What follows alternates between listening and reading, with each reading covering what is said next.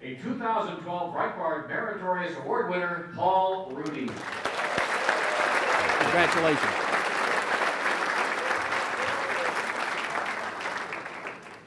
"2012, my first colonoscopy and my first Meritorious Award." Very memorable.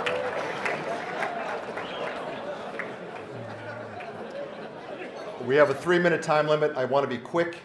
It was my great honor to interview and know Bob Brietbard. To have my name associated with his is a big deal. Such a big deal that I decided to wear a tie. So to the Brietbard family, thank you for this great honor. You know, at home, in my office, the most significant honor I've ever had was a blue ribbon from Camp Gitchagumi. My horse and Peanuts and I, we won the 3-barrel race way back then. I got the ribbon, but I think the horse did most of the work. Now with a great plaque like this, well, I can retire that ribbon to the garage. So on behalf of my interior decorator, thank you. I also want to acknowledge the other honorees tonight. Whenever I am in your company, well, I feel a little bit like a 3-star general who gets a reputation for being a war hero, even though he spent his entire career in the rear with the gear. You guys out here are the frontline soldiers.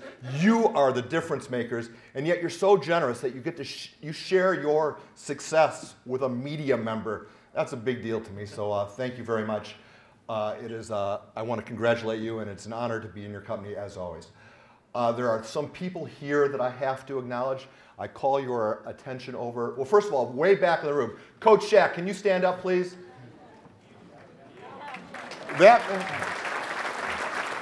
Since I've been in town, that man has been 1 part parent, 1 part psychiatrist, 1 part priest to me. Though Father McGinty back home had a different vocabulary, Coach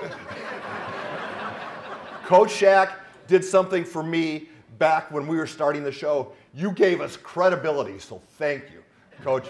And hey, we threw him at the deep end. Could you do one thing for me? I'm going to count you down. How about a snort for Coach?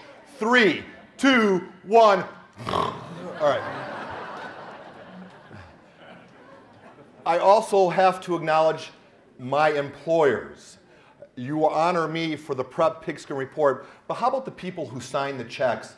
McKinnon Broadcasting and KUSI TV, they're special in the sense that a lot of media outlets, they pay lip service to doing well in the community, to being community involved, to representing the local aspect of news coverage. A lot of people pay lip service. KUSI actually walks the walk. Folks, I'm here to tell you there's a reason why a lot of people don't do high school football shows like we do. It's expensive, it's difficult, it stretches the resources of a TV station to their absolute limit. There are easier ways to make a buck in TV than a high school football show. So please, if you ever encounter the McKinnons out on the street, thank them. They are the true heroes to the Prep Pigskin Report. I'm just honored to work for them. How about, just in case, because we're rolling on this back here, how about 1 clap for the McKinnons? Thank you. All right, I want to wrap this up really quickly. I have some people that are here tonight. My aunt and uncle came all the way from Temecula to be with me. Hey, they've been with me through thick and thin. They have supported me. Please, could you just stand up, Uncle Bill and Aunt Claudia? Just, please. How about 1 clap? Just 1 clap. Okay. The 2 women in my life are here. Terry, you got to stand up. Terry Welsh, everybody. Like every coach in this room, we're obsessed by what we do. Folks, all I care about is a high school football show. It is an obscene obsession, and that's all I think about. When I'm watching commercials, I'm thinking, hey, can we spoof that to open our show? When I'm watching, everything I do is PPR. I don't really care about anything else other than the silly high school football show. In order to accomplish that, I have to have somebody to do everything else in my life. That woman went on vacation for 1 week. I could not figure out how to turn on the dishwasher. I swear to, I had to pull out the onion mantle, and the dishes just didn't get done for a week. So please, it was not her dream growing up in Youngstown, Ohio. Her dream was not to be home alone on a Friday night grading video quality of a high school football show. Her sacrifice is as great as anybody's in this room. Please, 1 clap for Terry Welsh. All right, next to her, is my mother. I put this woman through hell. In my high school yearbook, I was voted most likely to be incarcerated. No lie.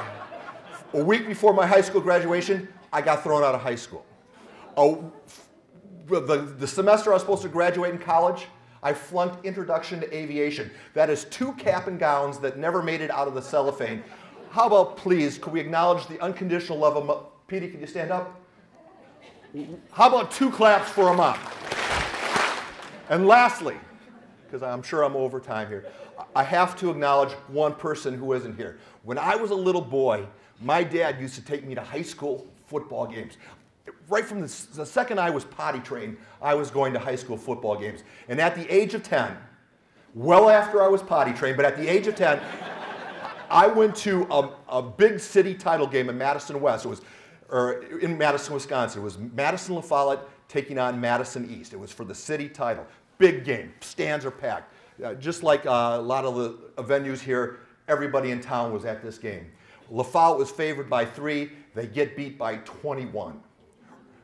So, you know, we went into, a little boy, I was with my dad walking into the locker room afterwards, and I was mortified. People were crying, the outpouring of emotion. Grown men, they were high school kids, but to me, they were grown men crying. And I remember their coach, Bob Brietbard, strolling into the room, and he shut down the waterworks with a snap of the fingers. The only reason why you'll be crying right now is if you did not leave it all on the field. If you left something in reserve, didn't try your hardest, that's your reason for crying. And he just shut down the crying. His message, of course, which I'm sure a lot of you have delivered, that the outcome takes a backseat to your effort. And it was a great message. And then he went on to say, you're a gentleman first, you're a student second, and you're an athlete third. That was 40 years ago, and I still kind of try to live by that. And it wasn't until years later that I realized that I had a living role model. My dad used his high school athletic ability to pay for his college. He turned his college education into a successful professional career, and all along the way, he defined grace and a gentleman. And so if he were here tonight, well, first of all, he'd be sitting at this table with a martini, and when I got back to the table, the first thing he would say is, who the hell's been cashing my royalty checks? Because on a night when you honor me for the PPR, you have to honor the real inspiration of the show, and that's my dad. He left us a couple years back, but please, how about one loud clap for Ron Rudy? So, on behalf of my dad, on behalf of McKinnon Broadcasting, on behalf of my mother, on behalf of Terry, on behalf of Coach Shack, and everybody else who works for the Prep Pigskin Report, this is a big frickin' deal for me, folks. Thank you very much. It's an honor to be in your company, and thank you for honoring the Prep Pigskin Report. All